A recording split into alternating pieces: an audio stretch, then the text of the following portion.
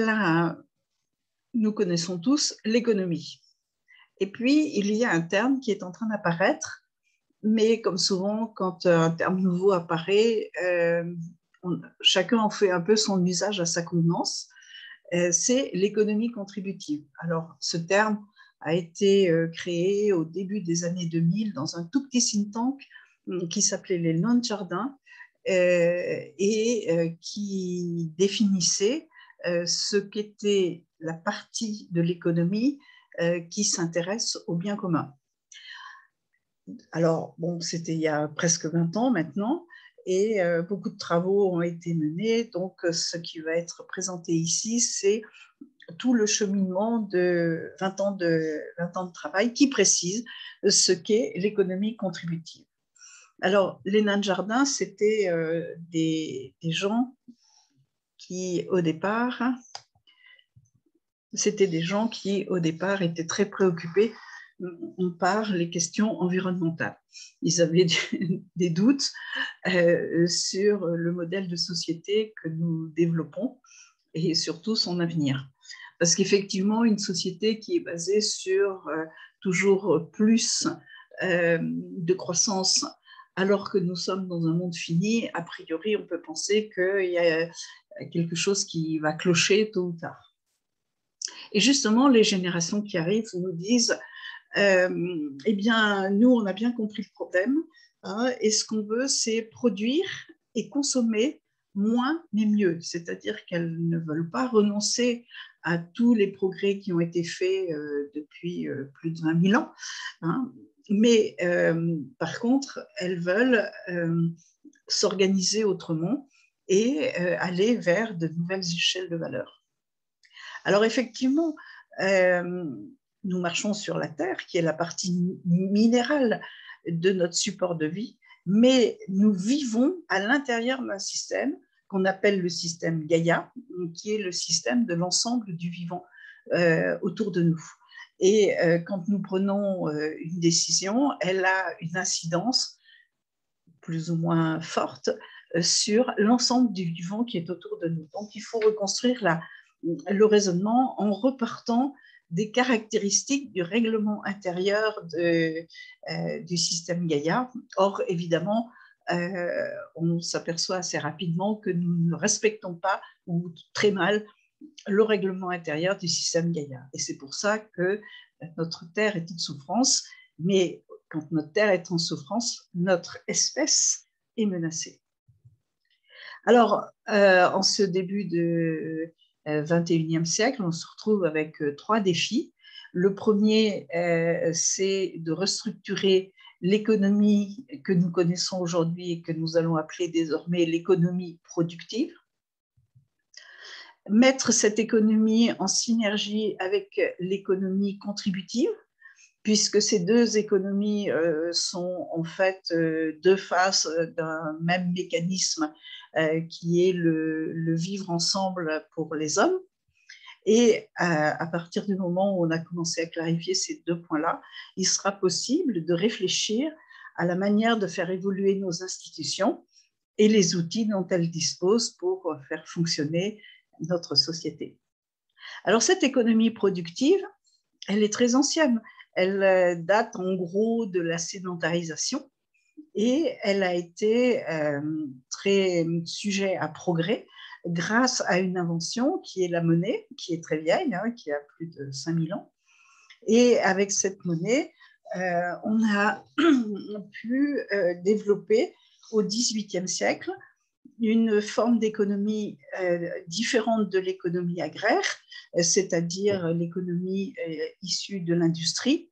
Et maintenant, nous développons une autre forme d'économie, qui est l'économie de l'immatériel, qui est rendue possible avec le développement du numérique. Or, notre système monétaire a peu changé, alors que les mécanismes liés aux produits issus de l'industrie ou issus du monde de l'immatériel sont quand même très différents. Et aujourd'hui, nous voyons qu'avec le numérique, l'homme peut faire des trucs formidables.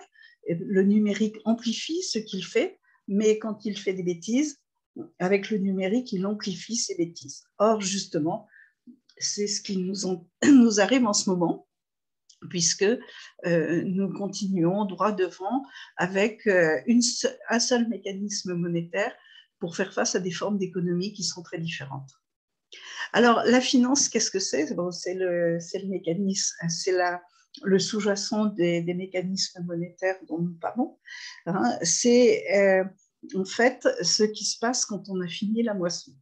Donc, le paysan garde une petite part de sa moisson pour sa consommation personnelle, pour la semence de l'année qui vient, pour l'impôt, s'il est sur un territoire où les agriculteurs sont soumis à un impôt. Et puis, quand il a bien fait tous ces petits tas, il lui reste un tas qui s'appelle le surplus. Et avec ce surplus, il peut faire ce qu'il veut. Donc, il peut le garder dans un coin, ça risque de pourrir. Il peut le partager avec les voisins, ça va faire une ambiance très agréable de voisinage. Ou bien, il peut aller le vendre et avec cet argent, il peut acheter des territoires, améliorer ses outils, aller se former, acheter des semences plus performantes, etc., etc. Et tout ça fait que celui qui est riche a la possibilité de s'enrichir davantage.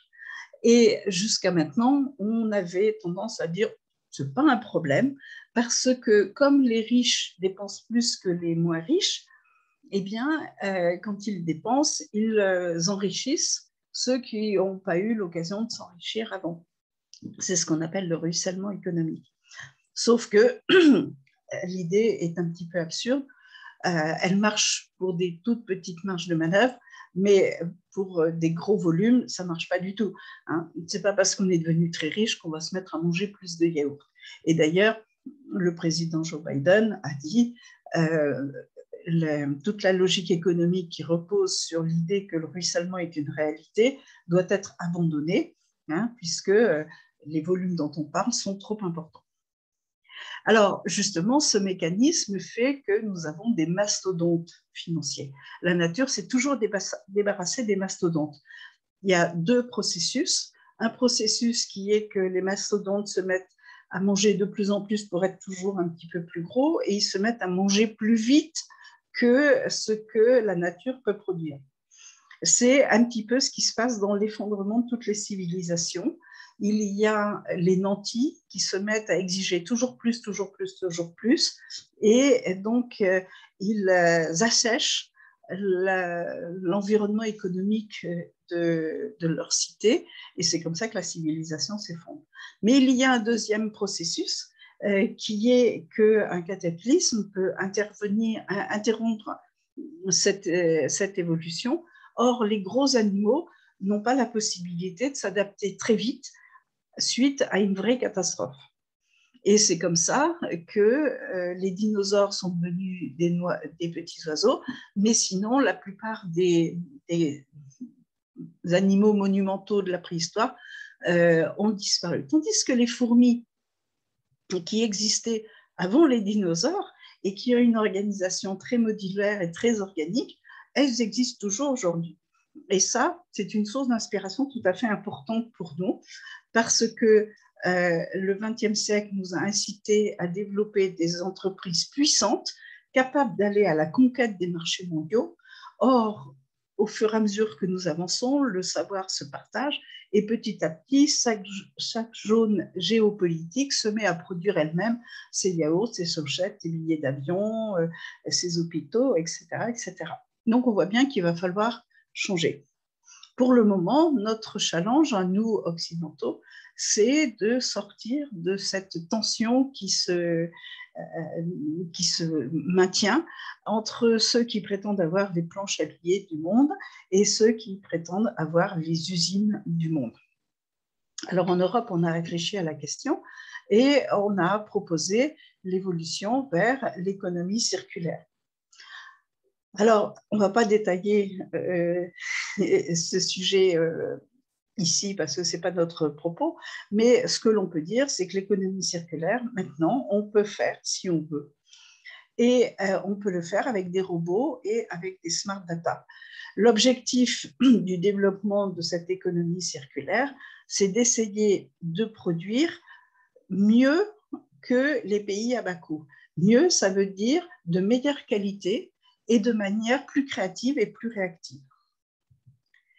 Sauf que quand on rentre dans les détails de l'économie circulaire, on voit qu'effectivement, nous sommes amenés à développer un tissu entrepreneurial composé d'entreprises à taille humaine qui sont en interaction les unes avec les autres et qui sont capables de réagir à toutes sortes d'évolutions, mais qui doivent être pilotées par une institution qui a en charge de piloter l'évolution du tissu entrepreneurial, puisque aucune entreprise n'est circulaire sur elle-même.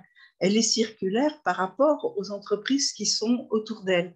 Et d'autre part, quand une entreprise vient à défaillir, à ralentir, à ne plus répondre à l'état de l'art dans lequel elle opère, il faut accompagner la fin de cette entreprise et mettre en orbite des entreprises qui vont relayer la place laissée vacante. Eh bien, aujourd'hui, nous sommes très, très loin d'aller vers cette économie circulaire. Nous commençons à voir des petits morceaux de textes législatifs, de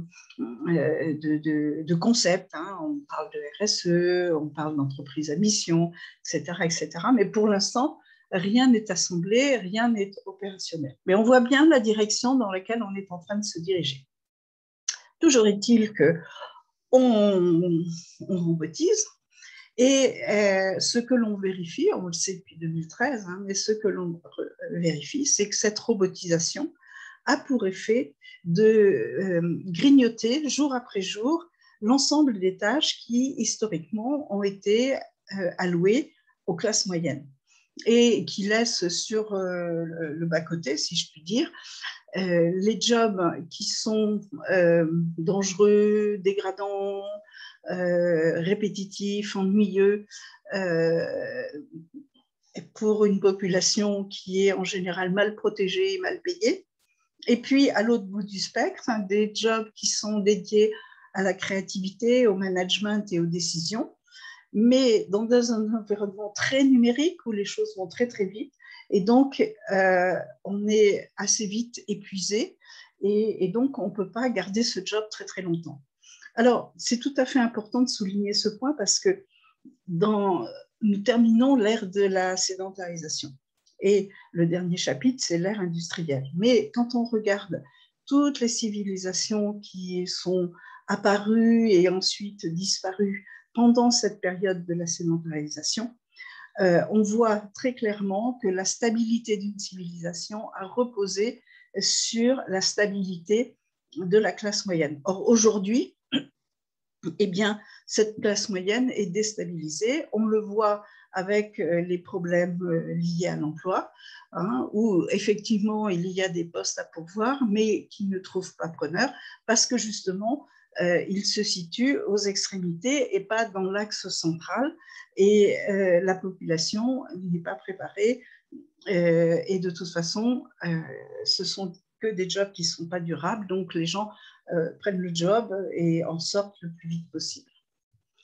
Ce qui fait que notre système social est tout à fait en souffrance, puisqu'il a été conçu à l'époque du père d'Alain Juppé. Alain Juppé disait un jour, mon père a eu un job, mon grand-père a eu un job, mon père a eu 4 jobs et mon fils a 4 jobs, mais en même temps.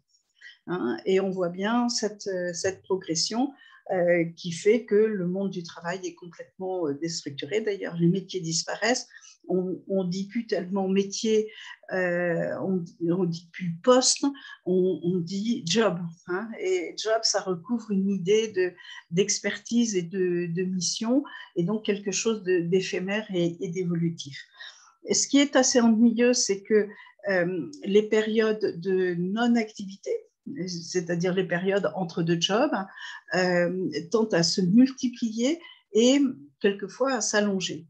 Et les gens qui sont affectés par cette situation on souffre terriblement et soit ils développent de la déprime, on parle de burn-out, mais globalement dans la population, ça a introduit une espèce de pourriture stagnante qui est très dangereuse socialement, ou bien alors, dans certains cas, ça développe des foyers d'agressivité, ce qui est tout à fait inquiétant. Les Français et les Parisiens, quand ils se sont révoltés pour aller chercher Marie-Antoinette à Versailles, en fait, ils étaient terriblement révoltés depuis pas mal de temps, mais à un moment donné, il y a une révolte qui a été plus soudaine et plus violente que les autres et qui n'a pas été gérée et qui a abouti à tous les drames qui s'en sont suivis. Donc, voilà pourquoi il faut absolument essayer d'apporter des réponses à cette situation. Alors, on est bien d'accord, on veut produire mieux et consommer mieux, et donc notre source de prospérité désormais, elle repose sur notre capacité à enraciner sur le territoire les talents et les savoirs. Et là, on tombe sur une approche qui est quand même assez différente de ce qu'on avait jusqu'à maintenant. C'est comme ça que s'introduit l'économie contributive. L'économie contributive, elle arrive en complément de l'économie productive. L'économie productive, c'est tout l'espace agraire, l'espace industriel et toute l'industrie liée à l'immatériel. L'industrie contributive, elle concerne toute la création de valeur que nous allons faire auprès de la famille, pour avoir des familles solides et qui préparent des individus de haute qualité. Tout ce qui concerne le savoir, l'innovation, la culture, tout ce qui se partage, hein, et de façon à créer de la puissance intellectuelle. Ensuite, il y a tout ce qui concerne la démocratie, parce que pour le moment, on a une démocratie qui n'est pas du tout satisfaisante, puisque les citoyens n'ont pas la possibilité de pratiquer véritablement une démocratie qui nécessite de se former, de s'informer, de contribuer à des prises de décision et ensuite de suivre le déroulé des prises de décision qui ont été faites. Donc, tant qu'on ne donnera pas une véritable capacité aux citoyens de pratiquer et de s'engager dans certaines formes de démocratie, on aura toujours une défiance vis-à-vis du système démographique. Et puis enfin, la spiritualité, parce qu'on ne peut pas construire une civilisation sans une approche spirituelle partagée. Et pour finir, entre les activités productives et les activités contributives, il y a les activités empathiques qui sont en fait généralement classées dans les activités contributives et qui concernent la résolution des conflits dans le domaine sanitaire, dans le domaine juridique et dans le domaine environnemental. Donc, on voit que pour avancer sur les problèmes auxquels nous sommes confrontés, des problèmes environnementaux et des problèmes sociaux, eh bien, il va falloir faire évoluer notre idée de notre système économique, hein, et de le diversifier et de lui donner des outils de gestion qui tiennent compte de cette diversification. Alors, en particulier, l'économie que nous connaissons aujourd'hui, donc c'est l'économie productive, et la valeur que nous y créons se déprécie avec le temps et à l'usage. Si je vous donne 1 kilo de carottes, vous en mangez la moitié qui est mangée, elle est morte, n'existe plus. La moitié que vous n'avez pas mangée, si je viens la rechercher 2 semaines ou 3 semaines après, elle n'aura pas la même valeur que ce qu'elle avait quand je vous l'ai vendue, parce que les carottes se seront défraîchies. C'est le propre des valeurs qui sont créées dans l'économie productive. Par contre, dans l'économie contributive, on a quasiment le comportement inverse, c'est-à-dire que la valeur qui y est créée va se bonifier avec le temps et avec les échanges. Quand on s'en sert, elle se bonifie. Par exemple, j'ai une information, je viens en discuter avec vous. Quand je suis allée vous voir, vous ne l'aviez pas. Et quand on se quitte, vous avez cette info, je l'ai toujours, mais nous l'avons bonifié parce que nous avons échangé. Donc, on voit bien qu'il va falloir aller vers des outils de gestion très différents. Alors, tant qu'à repenser nos outils de gestion, on pourrait essayer de mieux intégrer la caractéristique d'un parcours de vie d'un individu, qui est en 6 étapes.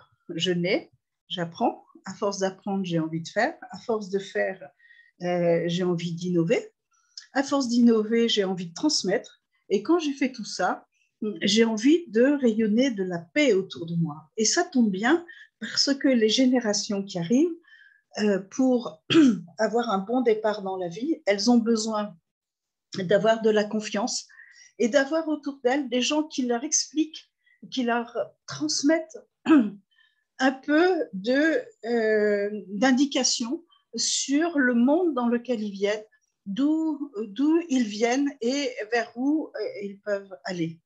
Et donc, aujourd'hui, ce que l'on constate, c'est que le système ne s'intéresse véritablement et ne récompense d'ailleurs qu'une seule étape de la vie, et qui est celle où je fais, autrement dit, les travailleurs.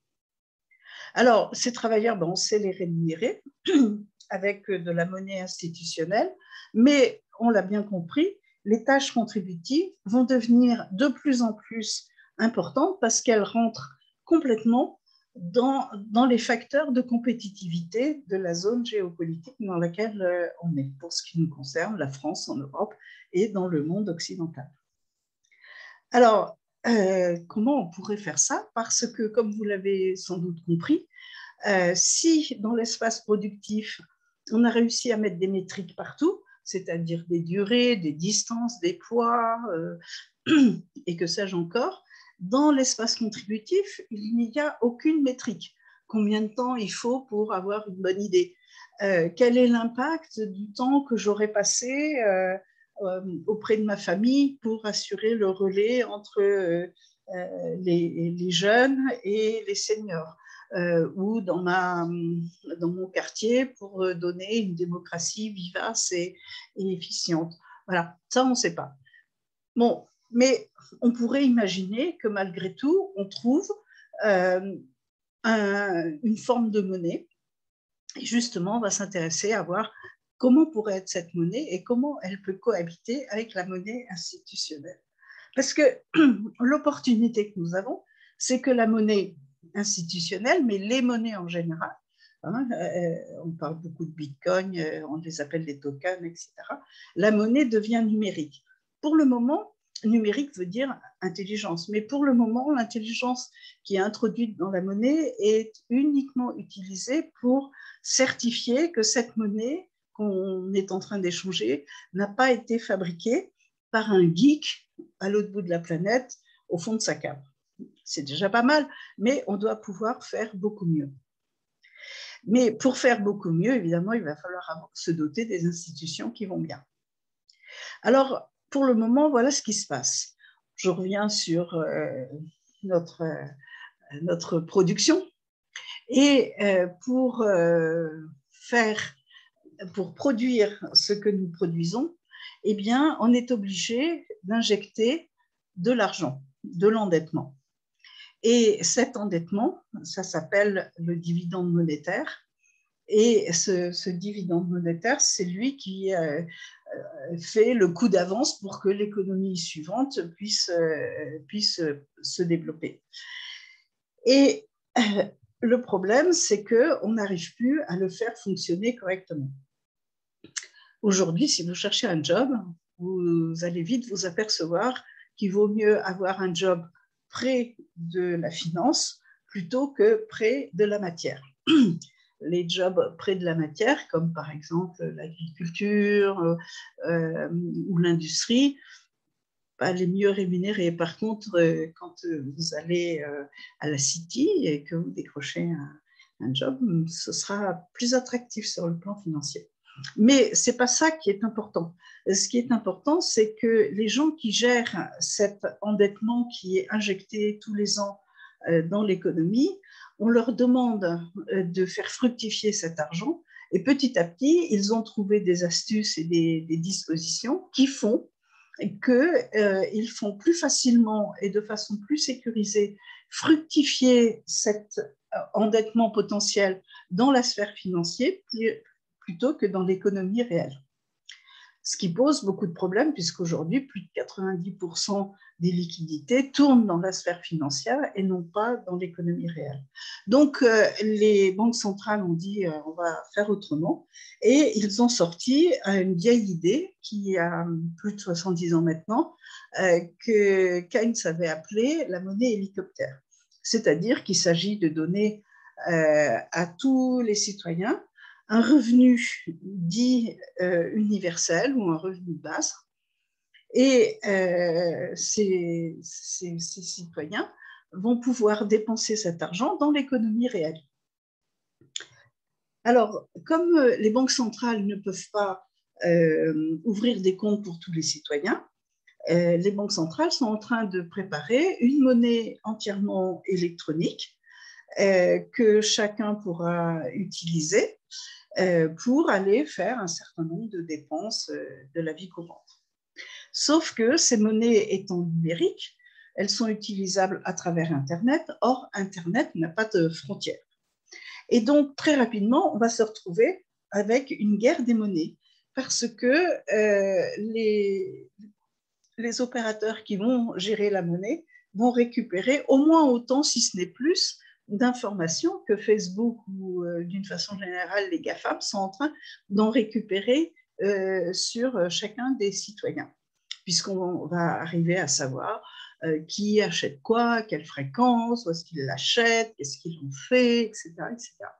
Et donc, on va avoir une guerre des monnaies qui va se jouer pour une large part sur l'ergonomie, parce que les citoyens vont avoir tendance à utiliser les monnaies les plus commodes et les plus accommodantes, puisque, en fait, pour avoir de l'audience dans le monde numérique, il faut se montrer serviable. C'est la philosophie des GAFA, qui connaissent mieux les citoyens français que l'État français n'arrive à connaître ses propres citoyens.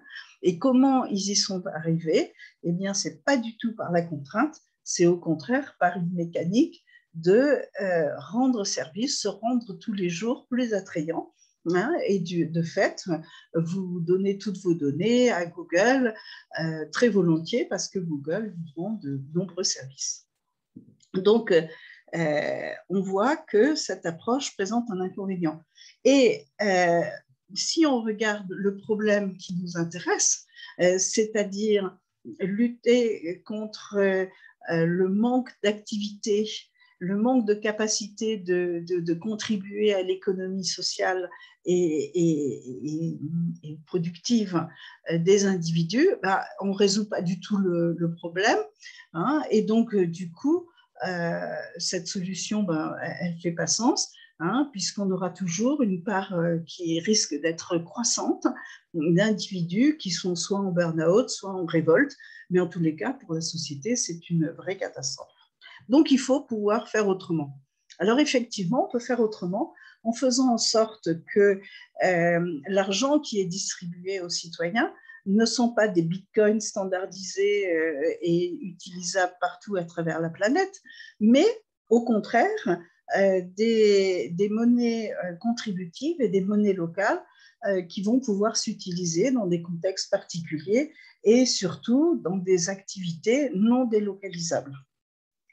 Et c'est avec cette approche qu'on arrive, alors je fais un gros raccourci parce que ça mérite beaucoup de détails, hein, on arrive à pouvoir distribuer de manière extrêmement circonstanciée et non de manière totalement aveugle comme on veut faire avec le revenu de base habituel, hein, de l'argent aux individus, pour une part de la monnaie productive, pour une part de la monnaie contributive, mais en tenant compte de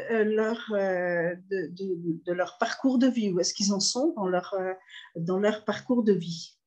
Et de cette manière, on peut avoir dans le monde de la distribution la capacité à régler des tickets de caisse, pour une part avec de la monnaie contributive et pour une part avec de la monnaie productive en fonction de qui on est, où est-ce qu'on en est, et puis surtout notre engagement, notre investissement dans les activités contributives.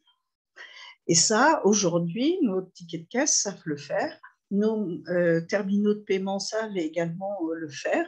Et donc, il suffit de le décider et surtout de le modéliser pour bien comprendre comment ça marche et avoir quelque chose de fiable et en même temps de juste. Alors, il nous manque quand même un dernier petit élément dans le raisonnement. On a dit que dans l'économie contributive, il n'y a pas de métrique.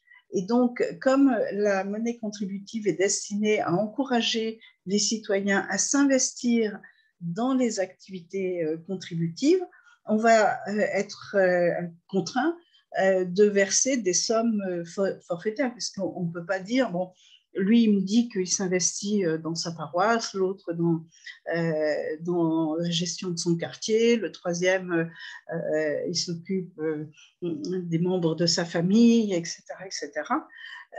Mais il n'y a pas de notion de qualitatif. Alors là aussi, on ressort une vieille recette qui a fait ses preuves, hein, qui est la fameuse monnaie fondante. Donc, la monnaie contributive, à la fin du mois, elle devient inutilisable. Si on ne l'a pas utilisée, elle est perdue. Et donc, on encourage les citoyens à reverser ce qui va être perdu à d'autres citoyens dont on estime que leur intervention dans l'espace contributif a été de qualité pour ce mois-là. Et de cette façon, il y a une espèce de valorisation qui est faite et d'encouragement à apporter des satisfactions aux concitoyens et d'être efficace dans cet espace. Au passage, cette recette, elle est connue, c'est celle qui a permis de faire les cathédrales, pour ce qui nous concerne, et chez les Égyptiens, les fameuses pyramides. Alors, avec cet outil qui utilise énormément le numérique, évidemment, on s'aperçoit qu'on est en mesure de résoudre le problème de ce qu'on appelle le syndrome de Solzhenitsyn. Dans les années 70, Solzhenitsyn avait expliqué aux Occidentaux que leur modèle de société, bon, il donne l'impression d'être pas si mal que ça, mais qu'au fil du temps, il allait devenir infernal, parce qu'on allait être obligé de développer toujours plus de règles, de lois, de contraintes en tout genre, et donc inhiber la capacité d'initiative de nos concitoyens. Au passage, c'est un sujet qui préoccupe beaucoup les concitoyens, hein, qui sont très découragés par le remplissage de leur déclaration d'impôt. Bon, pour certains, c'est très simple, mais dès que c'est un peu compliqué, ça devient très vite très, très compliqué. Et surtout, le système de redistribution de richesse, qui, lui, est d'une complexité et vraisemblablement, à certains égards, injuste, inutilement. Et donc, on se retrouve avec cette monnaie intelligente qui est capable de piloter le système économique dans son ensemble, c'est-à-dire ces deux économies, productives et contributives, qui doivent fonctionner de manière duale.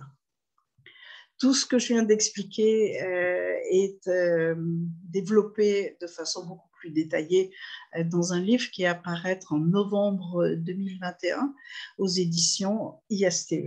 Je vous remercie.